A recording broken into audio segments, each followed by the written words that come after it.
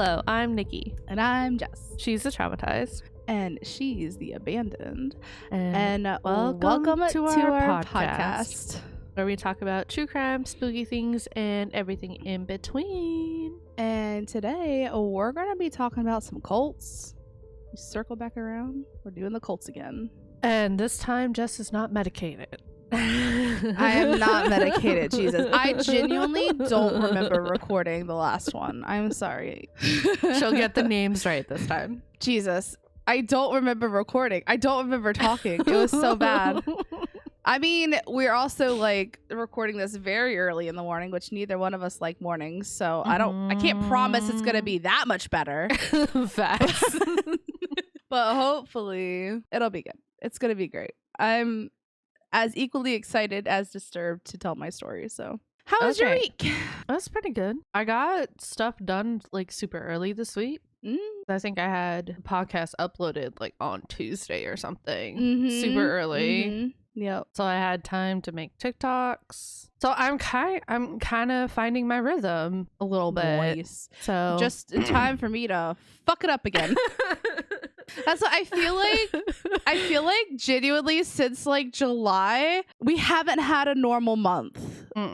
Like it's been this, it's been that. Like, and we were probably not gonna stop till like mid-January or something. Anyways, it's okay. But yeah, so like, because one day I'll sit down and do like the final edits, the audio edits, the adding pictures. Well, this week it was super easy because I didn't have to add any pictures because it was just the campfire stories. That's probably why it's done so early. So then once I do that, then I think I've uploaded TikToks every day this week, you guys. I'm so proud of you. Guys, go check out our TikTok. She's working so hard on it. Go check them out. They're great. I mean, I'm a little biased, but like I go on my For You page. I'm like, oh, that's one of our TikToks. And one of our TikToks got 700 views. Because we're basically famous now. So. I was like, oh my God, look at it. I was so excited. So cute. But yeah, the most recent one I think was me wanting to join a cult. So confirmed, Jess would join a cult. I would. Listen, so they sell it, man. They sell it really good. I'll stand by it. But yeah, then yesterday I was just pissed off all day. So that was wonderful. Just pissed off. It was like everything was infuriating me. And my husband's like, what's your problem? I'm like, I'm angry. Life. That's how it was after, because we ended up raiding last night on. I was so angry because we didn't finish it. We were so close. And Tim was like, talk to me. I was like, you don't want me to talk right now. Like demon voice came out of me. I was like, I'm so mad. And I'm like not mad at anybody. I'm just like literally that was me all day up until we raided. And I was just like angry. And then I found like this 11-hour compilation of just like music. Like I don't know what to call it. It's not EDM music. It's like kind of like the dance electronic music, I guess is what it's categorized as. I found this really cool like playlist mix DJ set thing or whatever, and I just put that on and just like vibed out. Sometimes you just need that, man, especially when I'm working and I get like super bummed. I'll just put on like some music and it just mellows me out. My week. Yeah. Anything else happened this week? No, nothing really crazy to report, but my aunt's coming into town, which is really exciting. Super so exciting. We were just like, I'm really excited because she's never seen our apartment. Like they lived in Connecticut, but they have 2 dogs. Is she staying with you guys? But she's staying in a hotel like literally like 2 minutes down the road. Okay. Anyway, fun fact of the day. Did you know that there are no muscles in your fingers? Their function is controlled by the muscles in your palms and arms. Wow. There are actually no muscles in your fingers. Was it just tendons? Fun fact of the day. Super creepy. Anywho, all right, what cult are you going to be telling me about? I'm going to be talking about Angel's Landing. And one thing I want to say before we start is it's not a lot of information out there. Like there's a bunch of news articles and stuff, but there's not like a Wikipedia page or like a set in stone like timeline situation going on. So a lot of my information is from Dateline episode Angels and Demons, just season 28, episode 42. If you guys want to call it out. Check it out. And then I also found another podcast, Criminal Discourse podcast, that had a lot of information. And basically, I was just taking those two informations and comparing them and picking out what matched. Basically, that makes sense. Okay, because otherwise it's just news articles. It is a lot of like the news articles aren't like of like what was happening. It was just like this dude's arrested for this and this. Like it wasn't telling me like the meat and potatoes. You know what I mean? Interesting. So it was very hard. Probably why I was very stressed yesterday. Fair enough. Yeah. So I hope all the information is accurate. I really tried, guys. I really tried. It's gonna be great. We're here for it. Also, like, I'm gonna be bouncing back and forth. So if I give you whiplash, also sorry. Also, just buckle up, guys. If you're new right here, away. we do a thing where we just buckle up, and so keep your head in an upright position and get ready. Our story starts north of Wichita, Kansas. In the wide open flatlands sits a normal looking small cluster of homes on a 20-acre compound. There are several residential buildings, several like workshop buildings, and a swimming pool. This compound was a lively place. Many high-end cars and yard toys like model airplanes, like ATVs, what have you. It was there. It was especially lively on the weekends when lavish parties were thrown and most of the community joining in, including law enforcement. And it would seem like just a normal place. But tragedy would always seem not too far away. Dun, dun, dun. But this is not the first place this new agey commune had set up. In the mid-1990s, Lou Castro had been living in Texas. There is where he met Trish Gomez. They were said to have dated a bit, but became just really good friends. At this point, he met a woman named Mona Griffith, who happened to live in the same apartment complex. Mona was going through a difficult divorce and financial trouble, so the small family moved in with Lou and Trish. It was also said that Lou and Mona may have been a thing as well, but I don't know. Speculation. So Mona had two children. She had Cody and Lindsay. And Cody was the older one, and Lindsay was a little bit younger. I don't know their exact ages at this time. But Cody described his mother as loving, very free-spirited, and spontaneous. So in 1998, when the group decided to move to South Dakota, Mona and Lindsay went with them. So Lindsay and Mona moved with them to South Dakota. Cody, however, didn't want to live so far away from his father, so Mona let him stay. He said that she was very like, not gonna make you do something you don't want to do kind of mom, you know?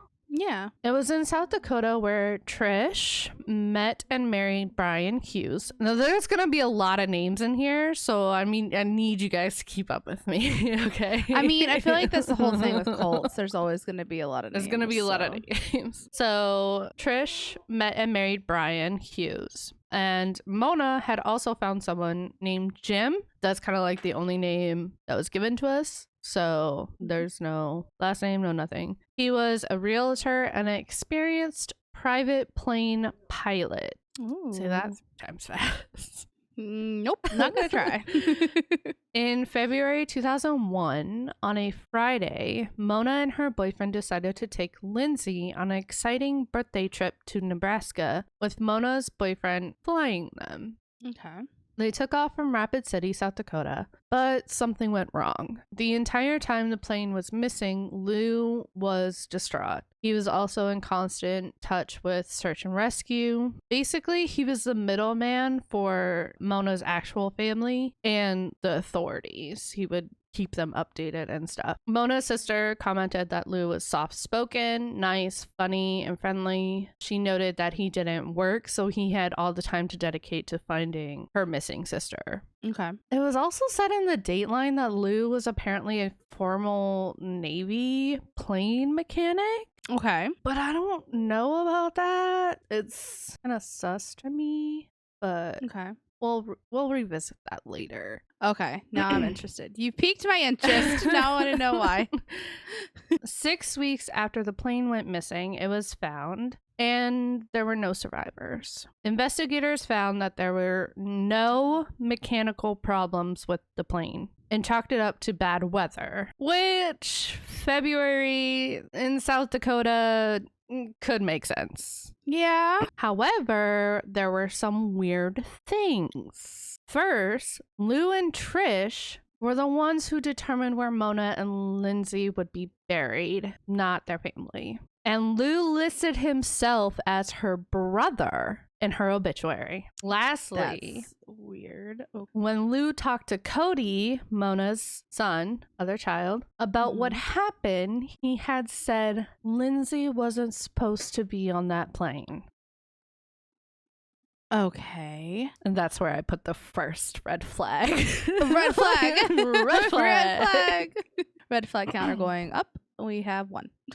Anywho, soon after, in the summer of 2001, the family, or the group, would move to that compound that I spoke about earlier in Wichita, Kansas. At this point, Trish and Brian have a little baby girl. It is here where Lou met a real estate agent, Jennifer Hudson, and she had 2 daughters, Sarah, 17, and Emily, 10. They quickly would join the group, divorcing her husband. I don't know if she divorced her husband before joining the group or divorced her husband because she was joining the group. Okay. Kind of meddled together, you know what I mean? Mm-hmm. But the girl's dad also moved to be closer to them. So they moved, and he moved to be nearby so that he could still have a relationship with his daughters. Okay. I mean, that's a step up from most dads. Right. That's it. Yeah. Okay. That's a positive column. A check on the positive column. We'll see how far that goes. We'll see. We'll see. We'll see. We'll see. The group at this point referred to their collective as Angel's Landing.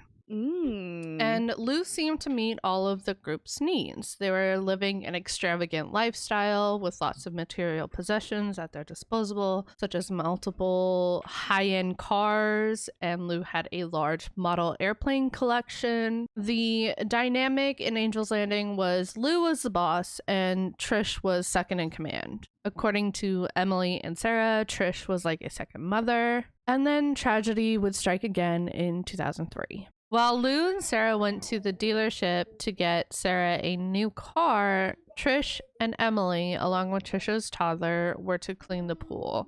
And I'm not saying that the toddler was going to clean the pool. I'm saying that Trish and Emily were going to clean the pool while watching over the toddler. Makes sense. Okay. All right. Yep. That makes sense. At some point, the toddler had fallen in, and Trish went to save her, but slipped, hit her head, fell in the pool, and drowned. Emily was able to get the toddler out, but couldn't lift Trish herself and called 911. Police and EMTs pulled the body out of the water and took pictures. Trish had small bruises and a cut on her forehead, seemingly corroborating Emily's story. The medical examiner determined Trisha's death was due to a freakishly bad accident. She was 26 years old. Okay.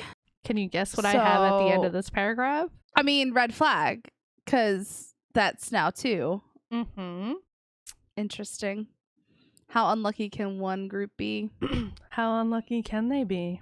Like I said earlier, the compound would be a hotspot for parties on the weekends, and cops are always welcome on the compound. I think at one point somebody even dated a cop, but one detective was not fooled by the lavishness. Thank God. Ron Goodwin was actually a Wichita narcotics detective. He had been given a hint from a local informant to look into Angel's Landing. It was said in Dateline that $1.5 million were spent on cars at the compound. Jesus. And each car had a vanity plate. Angel 1, Angel 2, Angel 3, like so on and so on. Oh my God. Yeah. Okay. Emily said the dealership was basically on speed dial. Lou even donated $19,000 towards a new police vehicle. Oh, is this the life insurance money that's going to pay for all these cars? Red flag. I'm just saying. Red flag. Okay. All right. We're here. We're here. That's 3. Who just donates $19,000 to a police vehicle? I mean, maybe. I don't know. They're just red flag. Yeah. Red flag. Yeah. It's a bit suspicious if you ask me. So in 2003 is when Ron began looking into Lou Castro, Okay. thinking he might be looking at a drug case because of all the unexplained wealth, which is one of the signs of drug cases. You know, how do you have all this money? Drugs. Right. Where is this coming from? Yep. Ron said that Lou drew attention to himself by like flaunting this unexplained wealth. Obviously. Ron Narcissist. Facts. Ron wanted to know who exactly Lou Castro was, but it seemed Lou was a virtual ghost, which is strange in this day and age because we have the internet. We have, Right. you know, you have all these cars. He has to be on one of the cars, right? No. Okay. So one thing early on, Ron did go through the compound's trash to find, he was going through the compound's trash to try and find evidence of these drugs, because if they're doing drugs, he's going to find evidence in their trash. Or if he was lucky, maybe get a fingerprint, but he was unsuccessful in both categories. He found no evidence of drugs and the lab couldn't get a successful fingerprint. Interesting. Okay. One day, on his day off, Ron had seen Lou out with a young-looking girl and followed them into a restaurant. Okay. He asked a manager for the dishes to get a fingerprint, but again, the lab was unsuccessful of getting fingerprints. Did this bitch burn his fucking fingerprints off? I don't know. So Ron came up with a ruse that there were some burglaries in the area, like car burglaries. So he printed out some nice glossy pictures of random cars to show Lou. So like if you pick up the picture, the fingerprint would stick to the gloss, you know what I mean? Like when you get those fresh printed pictures. But when the detective went over there to like question Lou, like, hey, there's some burglaries in the area, maybe you can help us out and like take a look at these pictures. Lou held the envelope with like the palms of his hands. So like just flat hands, and then held the edges. And then he never touched the pictures. He only moved them on the table with his nails. Oh, so he knows. He knows. He knows. I think he knows. I don't know. He knows. Okay. All right. Red flag. Red flag. How many are we up on? All right. We have 4, I think. Then in 2006, another tragedy would hit the group. Jesus. Okay. Brian, who, if you remember, is Trisha's husband, a mechanic, was crushed to death while on a visit to South Dakota. Crushed? Okay. Mind you, he was a diesel mechanic who was always safety cautious when working under vehicles, but somehow his jack slipped and he was crushed under a car. Jesus. Okay. Say it with me. Red flag. We should have a little red flag we wave. I have a red pillow. Does that count? Red flag. Jesus. Oh my God. Okay. I am getting so involved in the story now. I want to know what the fuck is going on. At some point, Ron, our awesome detective, called in reinforcements. So he called a detective in the DA's office, I think the Wichita DA's office, Clint Snyder, who worked big cases, including the BTK serial killer case. Clint. That was interesting. I have faith in you. Let's do this. And Ron also called a FBI special agent, John Sullivan. And Sullivan, with all of his FBI resources, came up empty on anything to do with Lou Castro. The man was a literal ghost. He could find nothing on this dude. That's insane. Okay. Although they couldn't come up with anything related to Lou, Ron was able to look at the bank balances of the group members, and he found a pattern. The pattern was every couple of years, the money would become low, like a couple thousand, and then someone would die. And the insurance payout would replenish the accounts. The problem was they didn't have a crime, just suspicions. Okay. In September 2008, Detective Goodwin was notified that Jennifer Hudson, so Sarah and Emily's mother, was killed in a car accident. Are you ready for this? I don't think you're ready for this. Oh, I wasn't ready for it before. Now I'm definitely not.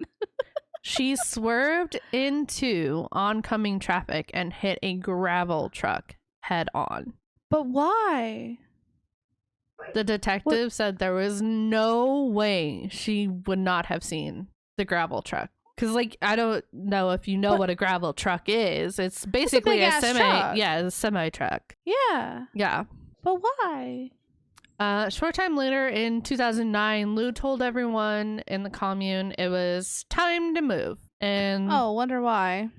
so they moved to Tennessee. At this time, when Lou was telling everyone it's time to go, Sarah had met Daniel, who was a military veteran, and she had already moved out of the compound, like on her own. She was 24, so she was, you know, doing her own thing. And she didn't want to move to Tennessee, especially because she didn't want to leave her dad. Her dad was like her everything. Aww, okay. But her sister Emily did move because Lou had convinced her that the move was for her to be closer to the college that she wanted to attend. Though, as Sarah and Daniel became closer in their relationship, she would start to spill some dark secrets of the group to him. She would tell him of the expectation that the members had to serve Lou, the insurance payouts, and the dark secret that Lou, buckle up, trigger warning, Lou had been raping her from the age of 17. Stop. And not just like, he would be extremely rough with her. Daniel took all this information that Sarah was telling him and wrote a letter to the FBI in December 2009. Okay. In secret, the detectives brought him in to question him and found that the group might be in Tennessee. So the detectives, and when I say the detectives, I mean the three. So like the FBI agent, Ron, and Clint all together, followed the money and got security tapes from a bank. Clearly, they could see Emily and Lou in the footage. But that's not who was opening the account. Joe Venegas was the name Lou gave to open the account. So who was Joe Venegas? Oh, I don't know if I want to know. I mean, I want to know, but you know, I don't think it ended well for him.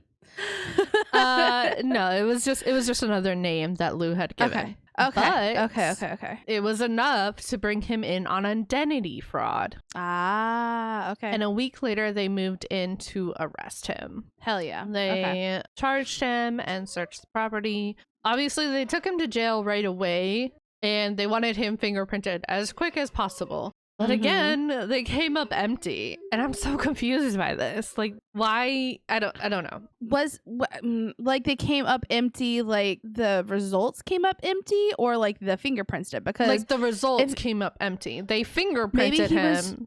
Maybe he was just so careful. Like obviously, the dude was fucking careful. So maybe he was just so careful. His fingerprints never flagged. Like he was never fingerprinted before. Maybe, I don't know. Maybe. And he didn't crack in a 6-hour interview. So, wow. Well, I mean, if the dude is so methodical that he's literally moving pictures with his fingernail and like meticulous enough not to leave fingerprints anywhere, like he's obviously got some sort of something going on, you know? So he's in jail. Okay. And hell yeah. Again, I am very unsure of the timeline. That's kind of why I'm like jumping back and forth. So I don't know exactly when what is being done, but I'm trying to give you guys all the information that I can. Yep. So at some point, Ron went back to investigating the mysterious deaths. He ended up talking to a sister of Trish and had mentioned that Trish had gone with a guy for a bit named Daniel Perez. That's his actual name. So we have his actual name now. Lou Castro, Joe Venegas, they are Daniel Perez. Oh my god, this is like the fucking Sherry story where it's like, what are their actual names? Okay, now we know, guys. Now we know. Mm-hmm. Jeez. So Daniel Perez was born in Aransas Pass, Texas. It's spelled like Arkansas without the K, so Aransas Pass, Sure. Texas, in 1959. In the mid 1990s, he pled no contest to 2 sex crimes. But the case... No, what does no contest mean? So no contest, you have guilty, not guilty, and no contest. No contest is you're saying you're not guilty, but you're admitting that the prosecution has enough to convict you. Okay. Has enough evidence to convict you. Interesting. Okay. So he pled no contest to 2 sex crimes, but the case had been dismissed because he was believed to be dead. And wait. Yeah. Wait. He was believed to be dead. There was like some things about like I guess there was like confusion of him being Mexican resident or US resident, and then apparently some like he says that like 4 uniformed guys grabbed him, beat him up, left him for dead. I don't know. I don't really necessarily put a lot of strength to that story, but either way, he was assumed to be dead at some point. Okay. So, trigger warning again. Oh god. All right, we're here. Child predator stuff. So if you don't want to listen to that, just skip everything. So how was a dead person supposedly in control of so many people? That's a great question. I'm gonna get to that. I'm ready. He told people that he was a seer or that he had magical powers. He claimed that he could make it rain or see someone's past, present, and future lives. He could communicate with the other side. Also, like, he could heal people. Okay. Yeah. How? Okay. No, just keep going. He said he was 100-year-old angel who was just using this body at the time. What the fuck? Okay. He claimed that as a seer, he could protect people because he would know when they were gonna die. He would also say, like, if somebody is gonna die, like, I can bring them back. Okay. He was very good at manipulating people, and he had control of everyone. He also said he had 3 angel alter egos. Arthur was mean. Daniel was kinder, but I guess still kind of like not nice. And then Amber was the angel of death. She would come around when someone was about to die. He would tell his followers he could see when people were going to die. And then would do nothing about it? Or promise to bring them back? Yeah, he would say to bring them back. Also, the control he had over Emily was unlimited, including covering up a murder. Remember? Which one? Remember Trish? Oh, no. Yeah, I remember. So Daniel murdered her in the pool and told Emily to wait 20 minutes with the baby, then jump in the pool and call 911. So basically, he had Emily and the baby in a workshop. He sat Trish and Emily down at a table and said, "It's time for Trish to go." He's telling Emily this as Trish is sitting there. And he's like, "It's her time to die, but it's okay because I can bring her back." Right. Okay. And so he has Emily sit in the workshop with the baby. And he's like, "I can't be here when it happens. So I'm going to put you in a time loop." And then, yeah, it's strange. So he basically holds Trish underwater. That's where you can account for the bruises and stuff. Comes into the workshop and Emily says like his arms are wet. And he says, "Okay, now wait 20 minutes and then take the baby, jump in the pool, and call 911. So that's what Emily did. She waited 20 minutes. Jesus. Went out to the pool where Trish is floating dead in the pool, jumps in the pool with the baby, gets out, and then calls 911 and tells them her story. Wow. All while Daniel has Sarah at the dealership for his alibi. But that was just the tip of the iceberg. So here's our trigger warning. Daniel was in essence a child predator. Oh no. From the age of 10, Emily shared Daniel's bed. 10. Oh, yikes. Okay. He basically said because he was a seer, he needed a little girl to take care of him. Like a little virginal girl to take care of him. Literally makes no sense. You absolute maniac. Okay. Yeah. Emily would continue to be abused even after Daniel met someone and would become engaged and was like kicked out of the bedroom, but she would still get abused.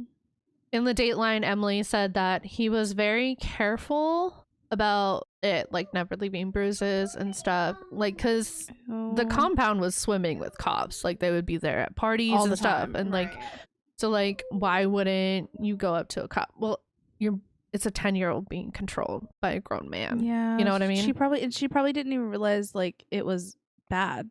Like they don't know. And all the adults, like she was asked, like, how did the adults not know? It's like he was very careful, and they were always together, so it wasn't odd if the two of them just disappeared for an hour. Ew. Which fucking sucks, dude. Like, ew. To keep the two girls, so Sarah and Emily, under his control, he would threaten to hurt or kill the ones they love. So he would threaten to hurt their dad and stuff like that. He would also threaten to take people to purgatory so that way their soul would forever be trapped in limbo, which is kind of terrifying if somebody could actually do that. And like as kids, oh my god, I can't even imagine being threatened like that. Like, holy shit. One of the girls commented in the Dateline that he just liked it. He liked controlling people. He liked hurting people. Ew. And yeah. Basically, the story about Trish, Emily fessed up to the cops about the true story of what happened. And in 2011, Perez was charged. Well, okay, so at this point, Perez is serving 2 years in jail for the identity fraud. Okay. So once he's released from that, they rearrested him right away. They let him serve his 2 years and then rearrested him. Nice. Okay. So in 2011, Perez was charged 1 count of first-degree premeditated murder for Trish, 1 count of sexual exploitation of a child, 8 counts of rape, 7 counts of aggravated criminal sodomy, 3 counts of aggravated sexual assault, and 8 counts of making false information, for a total of 28 counts. Hell yeah. That he was charged with. Burn him at the stake. The trial took place in February 2015, and several witnesses from the group testified for the prosecution, including Cody, Mona's son. I don't know if you remember Cody from the beginning of our story. Okay. Cody, Emily, Sarah, and Daniel, Sarah's boyfriend. Boozing. I don't know if they were married or engaged or what have you at this time. Her thing. Daniel Perez also took the stand, saying the prosecution made everything up. Oh, of course. There were no angels, no demons, no sex crimes, no insurance fraud, no murder. You know, denied everything. Of course. But Daniel Perez was convicted on all counts and sentenced to 2 life terms with consecutive sentence of 80 years. So. Okay. How old was he? He was in like his 50s at this point, I think. So 80 years. Parole? I don't think so. I hope not. I want that guy to die in jail. Yeah, so just a little side note. The insurance payouts, totaling $4.2 million were made to commune members that Perez controlled. Wow. So collectively, like $4.2 million. And I'm sure he like promised them like, okay, well this is just temporary. Like, you know, die for this, for the cause, and I'll bring you back because I have that power. Yeah. So I think all of them, my personal opinion, don't come for me. My personal opinion is I think all of them were suicides by coercion. Minus Trish. Oh, I was going to say minus the... Because he physically held her underwater. Mm-hmm. Yep. Minus the pool. But yeah, the whole gravel truck thing. The gravel truck thing, yeah.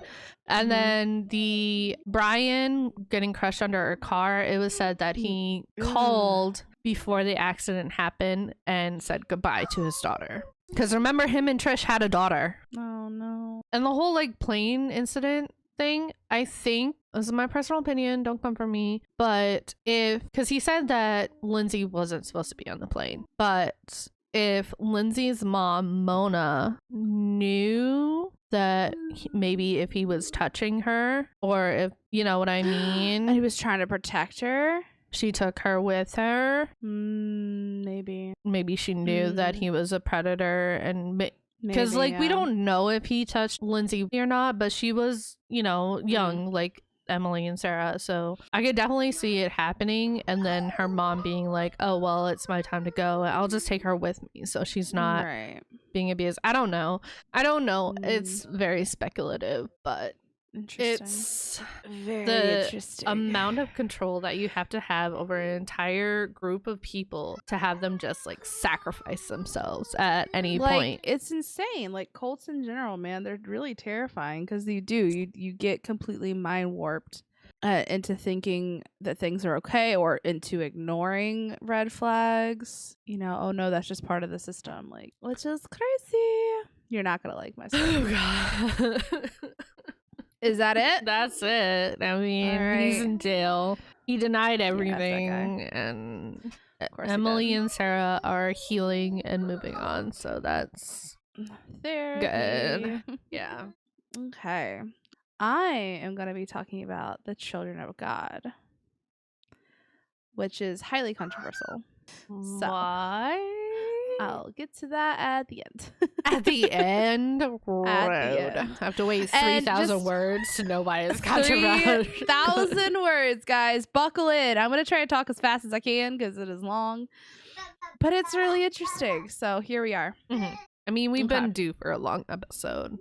We have. We've been doing a couple short ones, so buckle in, guys. This is. I feel like our cult episodes are always long, so you knew what you were getting into, maybe? Now you do. Now you do. Okay. All right. So the Children of God began in the U.S. in the late 1960s. They were known as a hot, radical American evangelical group whose army of young people went to capture the world for Jesus. They were very Christian, or so they claimed. Its founder, David Berg, was known as an unconventional preacher who founded the group on the beaches of California. He told his members that love was love and love was sex, so there should be no limits, regardless of relationship or age. Red flag. Just trigger warning. It does involve children, so... if that's really bad for you, then just skip this. It's fine. I love you still. You know what I mean? Mm-hmm. Okay. So I actually watched two different things regarding this cult. One was a BBC special, and it followed the specific family of Sylvia Gordon, who her entire family basically came on and told everyone their experience. So I'm going to kind of stick with that. I have the source. We'll list it. It's really good. It's actually, you can watch it on Amazon Prime. I think you have to watch it with commercials in the middle, but it's still good. And then there was another one that I watched that was Cults and Beliefs and Strong Beliefs or something like that. And that's on Discovery Plus.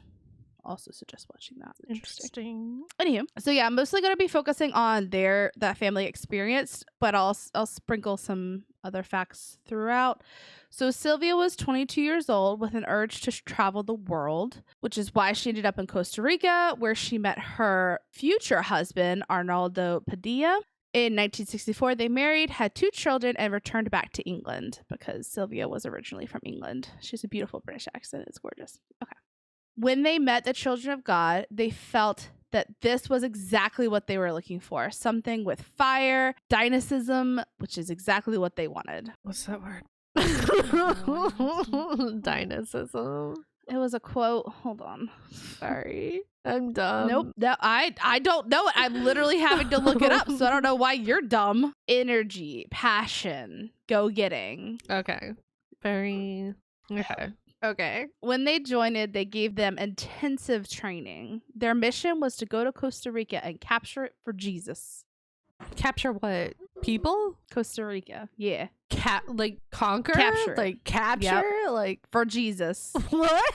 They were legit like it was a missionary to where the children would go out, they would all sing songs, they would like go to places to like, which is hard because it kind of seems similar to what normal missionaries do, but these guys were very in your face about it kind of thing. Yikes. Like, and very, very many red flags. They just left everything behind and followed the call with their 2 daughters in tow, Shuli, who was 7 at the time, and Debbie, who was 3.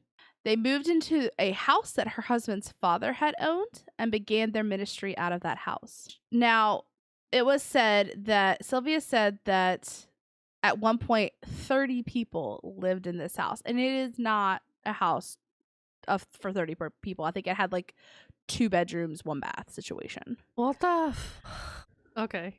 Wow. So they would just bring people in and house them and live with it.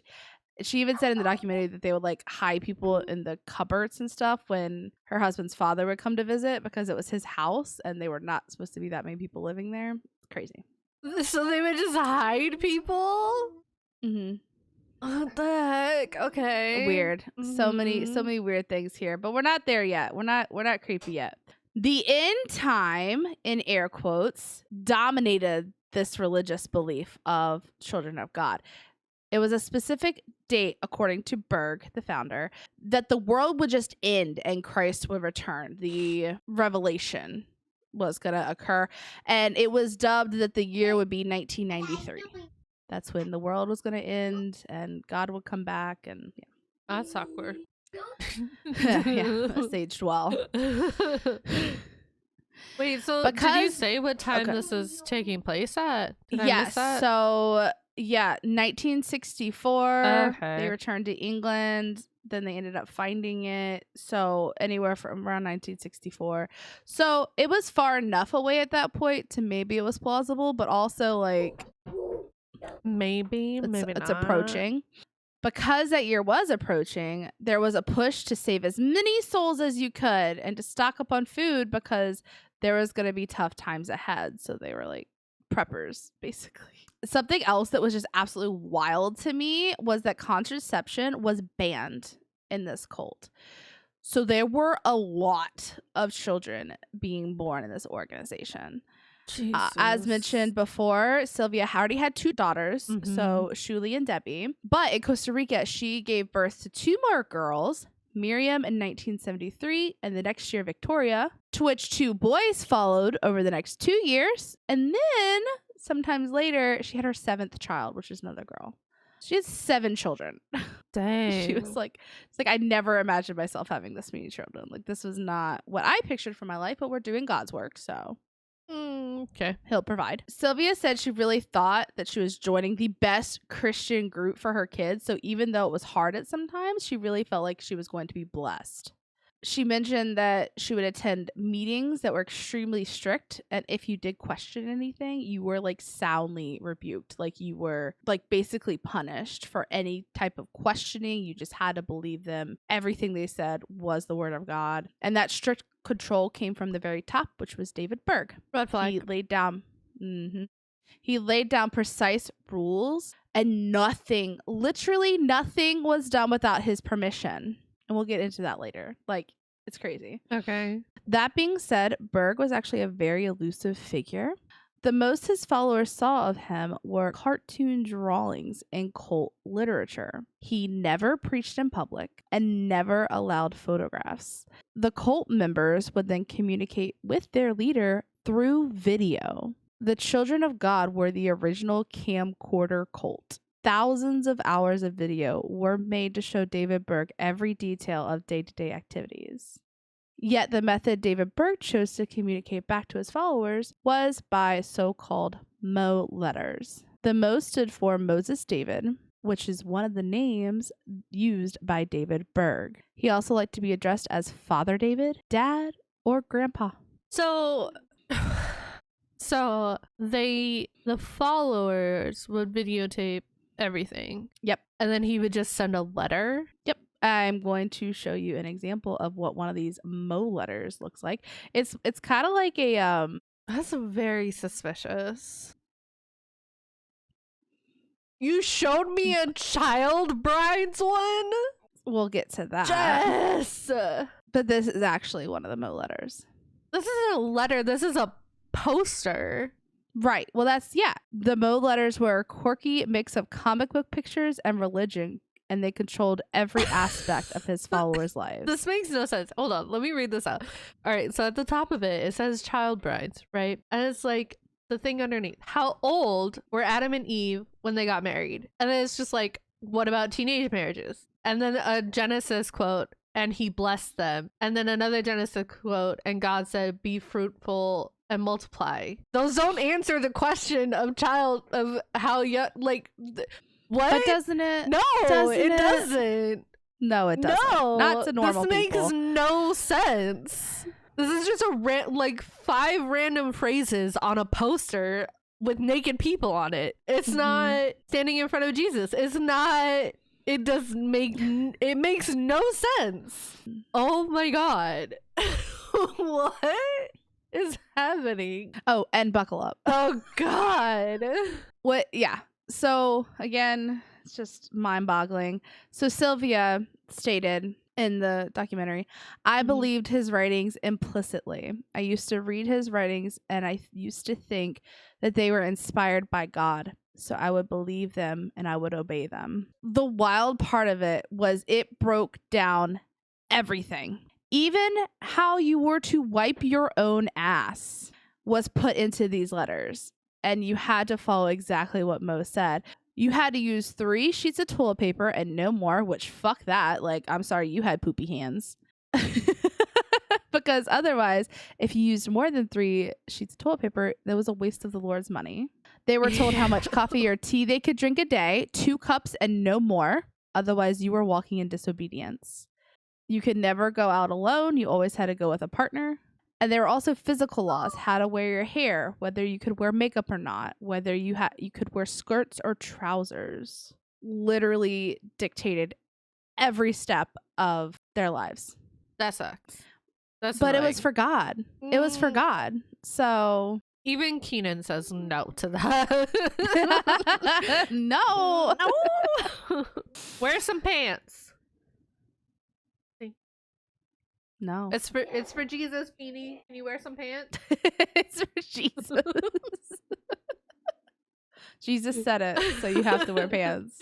I am also in the no section of that.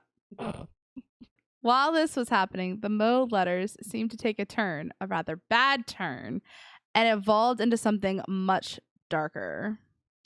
David Berg had a bizarre contemporary interpretation of Christianity. I think that's a very loose definition. His ideas on love, religion, and sex started to cause major controversy.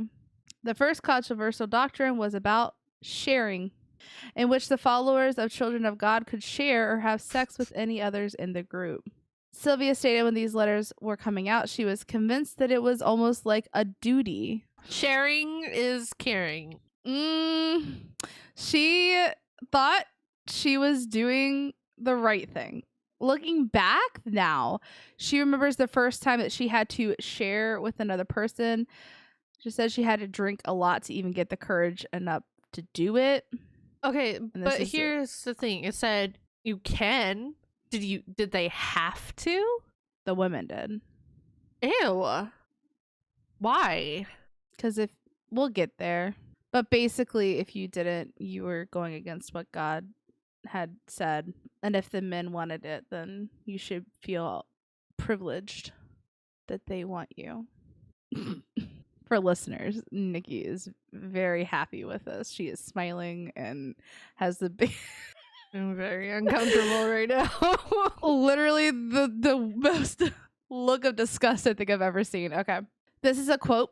Sometimes you were just revolted. I mean, some of them were just plain unattractive. You just didn't want to have anything to do with them.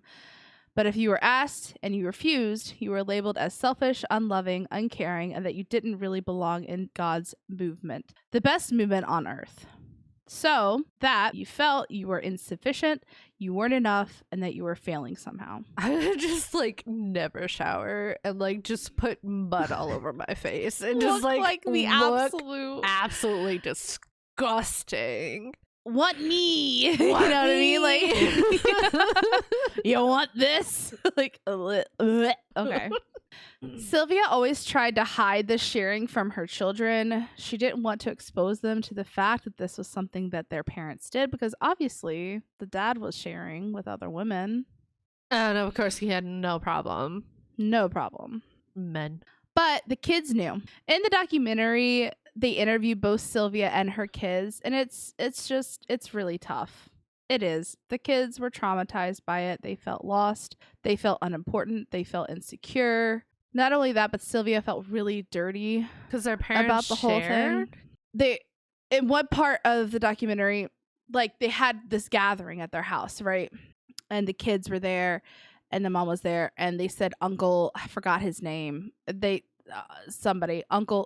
uncle stayed after the meeting, and they were like, okay, mom, when is he gonna leave? Okay, when is he gonna leave? And she was like, oh, he's just not leaving.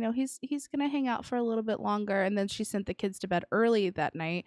And like, it would happen in their house. And think about, like, I guess being raised in like a Christian upbringing, and then all of a sudden being like, okay, well, mom has to sleep with all these other men, dad is sleeping with all these other women. Where does that leave us? And I think if you're kind of raised in like a polyamorous environment, I think there's a lot more respect both ways. I'm not polyamorous. I don't want to speak on it too much, but from what I've read and understand is it's literally all about respect. It's about setting up those communication, being super open, being honest with each other. I think it's genuinely its foundation on respect and having those boundaries. But this was very secretive. This was very like hidden and dark, like and dirty.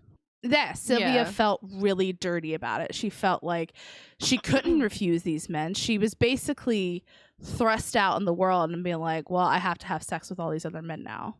Oh, and contraception isn't allowed. Oh, yeah. So young men in their 20s would come over and want to share with their mother of 7 children. Like yeah. So it traumatized the kids. This was very traumatic for the kids. Jeez. Okay. Okay. At this point, Sylvia had been a part of Children of God cult for 10 years, and her husband was regularly sharing with other women, and she had to make herself available to all the men of the cult. She felt trapped. They had given up all their earthly possessions and had nowhere to go. She had no money. She had been employed for 10 years and had 7 kids. Like, how do you leave? Where do you go? What do you do? Not only that, but they believed they were walking under God's will. And if you left, something horrible would happen to you because you would be losing that protection on your life. You'd be going against God. They were conditioned to think that the outside world, although there were many lovely people in it, it was all under control of the devil. And this community that they built was under the protection of God. So not only did they have like financial mindfuckery going on, but also like religious. Yeah. The Children of God were flourishing at this point, besides Sylvia's family. They were saving souls for Jesus, and witnessing was the method. They would go door to door with sharing. They would go door to door to share the word of Mo. But they wouldn't rely on the cuteness of children alone. David Berg dreamt up a more radical plan called flirty fishing. And I have another Mo letter for you. Okay. I don't know if we could put these in the podcast. I mean, I don't know. What is this supposed to be? Flirty fishing was considered going to the ultimate to win a soul for Christ. Basically, women are bait. Make yourself sexy and intriguing for the cause. If he needs sex, you would do anything to bring someone to Christ. They would use their physical charms to attract someone to talk to them about the mission. A lot of the homes basically turned into brothels at this point. What? So, what? So, instead of Jehovah Witnesses going around door to door telling you, you got these people going door to door seducing people to come to church? They wouldn't just go door to door. They would go to bars. They would go to clubs. They would go dressed to the nines, very flirtatious, basically like come join us at church, putting on their best to bring people to God. They were seducing people.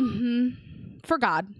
Quickly after this was put out there, a follow-up letter came out, which said, make it pay. As in, if you were going to give them sex, they might as well pay for it. Are you kidding me? This dude basically started a religious prostitution ring. Prostitute ring. What the actual fuck is happening right now? What is happening? What? Okay. I'm not okay. Continue. It doesn't get better. What do you mean? It goes... How? Okay, but we're gonna ease into it. So Sylvia wasn't exempt from this, and her family also knew that she was participating in this flirty fishing, which drove a bigger wedge in between them. In the documentary, the girls would say, if mom put on her lipstick and was wearing perfume, you knew where she was going to go. Ew. So they were basically watching her mom not only be forced into an open relationship, but now be forced to technically be a prostitute. This is insane. And as women, I can't imagine. I can't. As Sylvia reflected back on it, she knew that she was being mind controlled and just didn't think twice about it then. But looking back, it was very clear. She's like, I genuinely can't believe that I did this. However, one of the saddest occurrences that happened in the Gordon household happened to Shuli. Now, if we remember, Shuli's the oldest. She was a devout follower of David Berg.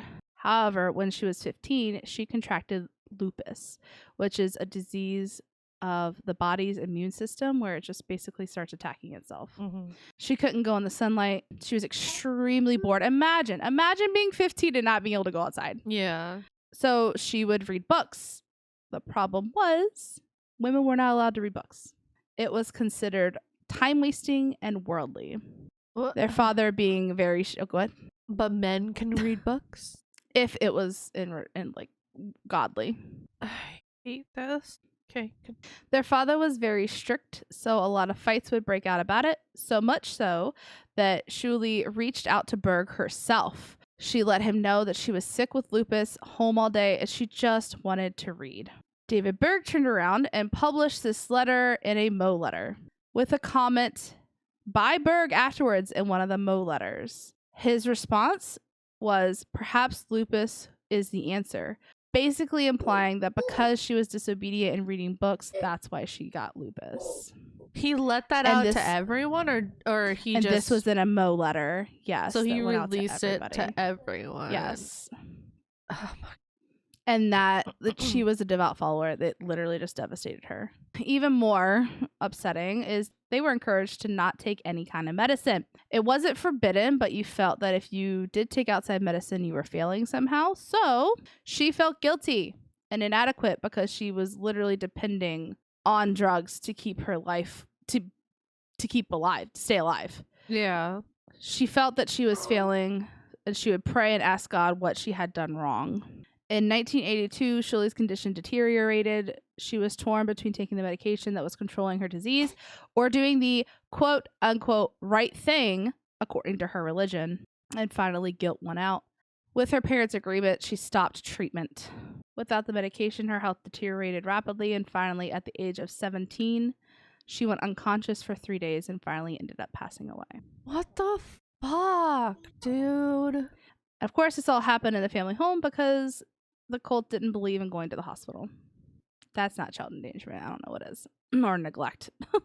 Out of the entire church family, they only received a small card, one card for condolences. Sylvia said when she looked back, she felt like the church actually viewed it as an embarrassment because it was considered a failure. No one in the church was supposed to die. I don't even want to say this next part. Oh God. Okay. Sometime later, David Berg added his own twist to the passing of Shuli. One of the Mo letters, he said that he had a dream about going to heaven and seeing her, and God wanted him to have sex with her, so he did. He went into details about having sex with their dead sister. What the fuck is wrong with this dude? I have a quote. We can cut this out, though, but I'm making you listen to it. Good God, I hate you. After we exploded in terrific orgasm after orgasm, it seemed like it was an almost nonstop. Finally, Phoebe came and said, "All right, now you two, that's enough. Julie has to return to her school for the morning classes, so you have to kiss her goodbye, Dad." Who the fuck is Phoebe? It was an angel in the heaven. It was literally an entire letter. Like, he wrote out his entire experience with their sister. And they read it because it was a Mo letter. This was put out to the entire fucking cult. I'm not okay.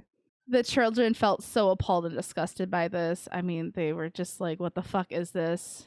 Unfortunately, this was starting to become a pattern. The cult's obsession with sex was beginning to affect the children. God, those children are going to be so fucked.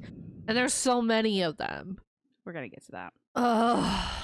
Children were taught sexual education at an extremely young age. How young? And children harassment was just accepted. Love is love, according to the teachings. Please tell me you're not saying what you're saying. Oh, I'm definitely saying what I'm saying. So it started out as harassment. The girls would be doing dishes. Men would just come up behind them, hug them, start touching places that were extremely inappropriate, and they would just have to bear it. These are the daughters of the family we're talking about. They were 10 and 15 at the time. The cult was also very open. People would just have a party and strip down, like literally strip teases in the middle of an open party, and then start having sex in the bedrooms, the bathrooms, living rooms, wherever. Like, it was basically just love is love. We're having sex everywhere. As these would become more and more acceptable, they would then want the kids to start partaking in them. Children as young as anywhere from 8 to 11 years old. Some of the quotes were, "God gave you such a beautiful body. Why don't you share your body with us?" And they would convince the children that this is what Jesus would want them to do. Ew.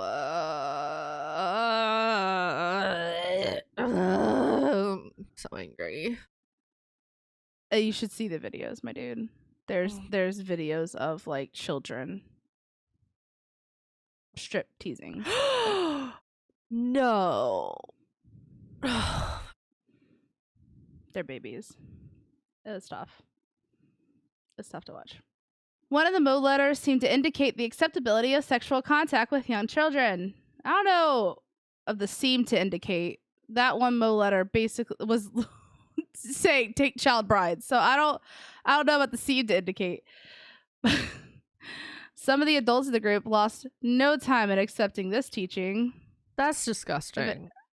Eventually, pedophilia would become a common practice in the cult and was normalized and even praised. Men would take children as future wives. They would discipline them as a parent. And then, yeah. There are documentaries about it, telling stories, going into very vivid details. I'm not going to. It's disgusting. It was revolting. I can't erase those memories. I kind of wish I could, just because it's like living in ignorance. You know what I mean? Yeah. But they happened, and they're out there. So like I said, if you want the BBC special on it, went into detail. So if you want to watch it, just trigger warning. It's you can't unsee it once you see it, but it's out there. So these kids weren't taught education either. How to live in the world. They were raised not feeling safe. So once they escaped, if they did, they were hit with all of the realities of what actually happened to them, with no tools on how to handle it. And one of the other documentaries, they talked about how common suicide was for the children, now adults, who grew up in the cult. One of the former members said she estimated that over 100 people have committed suicide after being raised in this cult. Jesus. That same member had chosen to leave after she saw a video. So basically they brought the whole cult in.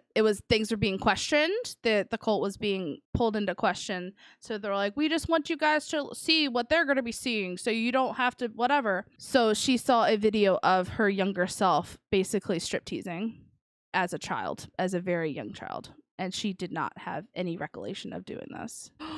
She could not remember it, which obviously she probably blocked it out of her memory as a child. It's traumatic.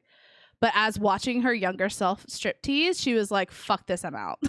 Like it was like, wait, this is me. Wait, hold on. Jesus. Talk about a rude awakening. The children didn't think they were going to live past the age of 20 to 25 because the end of days was 1993. So there was no need for education or a career. They were raised to be mothers, to birth children, and to continue the cycle. As you can imagine, once the people on the outside got word of what was happening to the children and the abuse in general that was occurring, they wanted some answers. The Children of God were international and had sectors all over the world. Berg urged his followers to move to fresh countries, mostly to avoid prosecution, but also to, share the word of Jesus, because that's why we're here.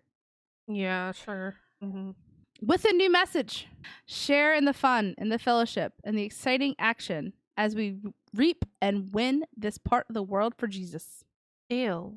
So, circling back to Sylvia, her family ended up being separated. Her 2 oldest daughters were taken by other men and shared. Ew. Sylvia finally had enough after 18 years. The straw that broke the camel's back was when she had asked for her children to be returned to her for Christmas, and they refused. The cult refused her. And she said that was it. After everything, not being able to see her children, she was done. But they make children, like the boys, do shit like this too, or was it just the girls being victimized? It was just the girls. That's so fucked. I'm trying to remember back into it because the cults and beliefs and strong beliefs was the one that kind of went into like the suicide rate and like the aftermath of being raised in this cult. I think there were a couple boys in there, but they were just confused. You know what I mean? Like they weren't taught education. They weren't taught anything. So she was able to get one of her daughters back, and the family left the cult. Her other oldest, who had now had 2 children of her own, was more involved with the cult and decided to stay. That was until they tried to force her into a marriage a few years later, and she ended up following her mother's example and left as well. So she had 2, they were sharing. So she had 2 children from 2 different men because contraception was not allowed. How did they not have like STDs and shit? They had to have, right? They probably did. And then you can't get treatment for it. Yeah. Fuck. This is the part you're not going to like. So this is the part. We're getting there. Yeah. We're getting there. I'm not ready. The Children of God has since rebranded and are now known as The Family. The group flourishes with over 10,000 members around the world. Today? They now project a wholesome Christian image. They have never been prosecuted and now deny all prior claims. One interview with representatives stated that the family is a group of individuals who have been touched by Jesus Christ. When the representative was asked about Sylvia's family and if they counted them as devoted members of the Children of God, he simply stated no, the Padilla family were not devoted members. The fuck they weren't. He denied everything. He stated that they'd lied about being members and they lied about what happened to them. That they lived how they wanted to, and it had nothing to do with the teachings of Berg. Pretty sure there's some letters that would say otherwise. Oh, we're gonna get there. He even went as far as to say that they couldn't force her to share with other men. It was only with 2 consenting adults. They couldn't force someone unless they were like slaves, and that would be absurd. They were sex slaves, prostitutes, like they were all of those things. He also stated that flirty fishing was never synonymous with sex. It was a sacrificial way of giving your life for somebody else. The poster literally has 2 people having sex on it. What do you mean? What do you mean, sir? Sir? Stop. Just stop.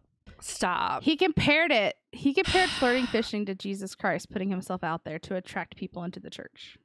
When he was asked about the explicit / pornographic videos that were created, some of which included children, his answer, the Children of God, the family has never produced pornographic videos.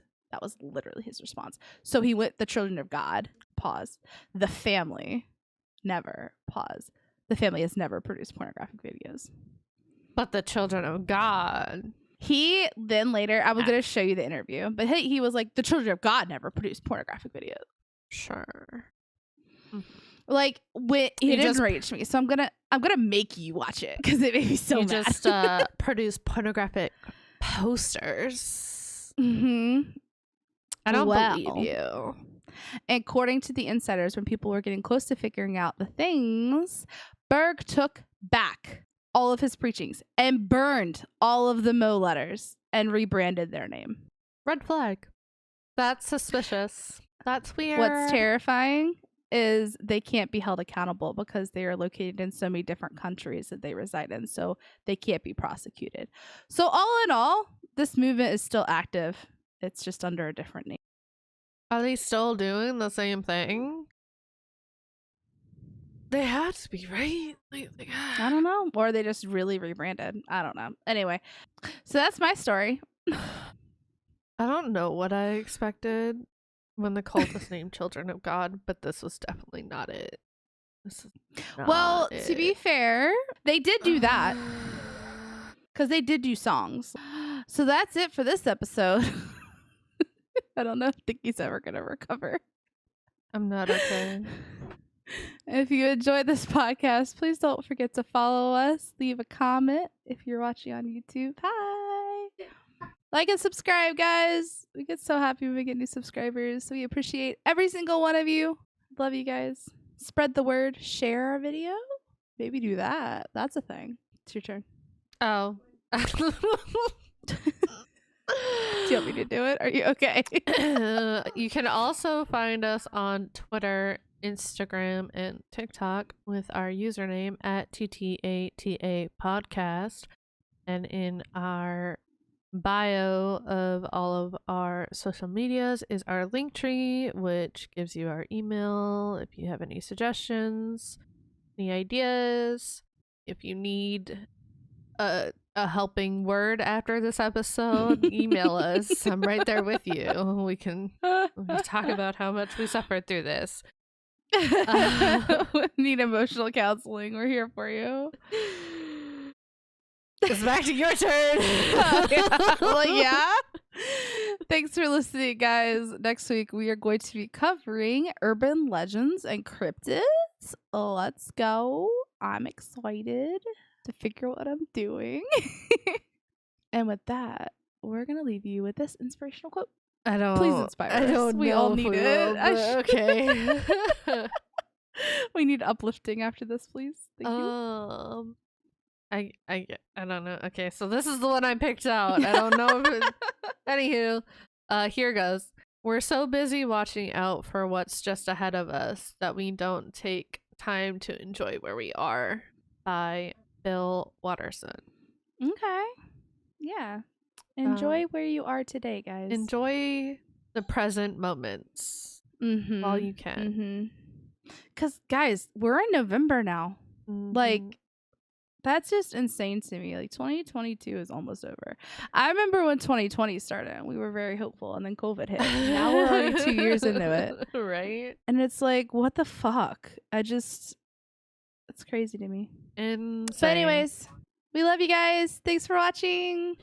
See you next week. Bye. Bye.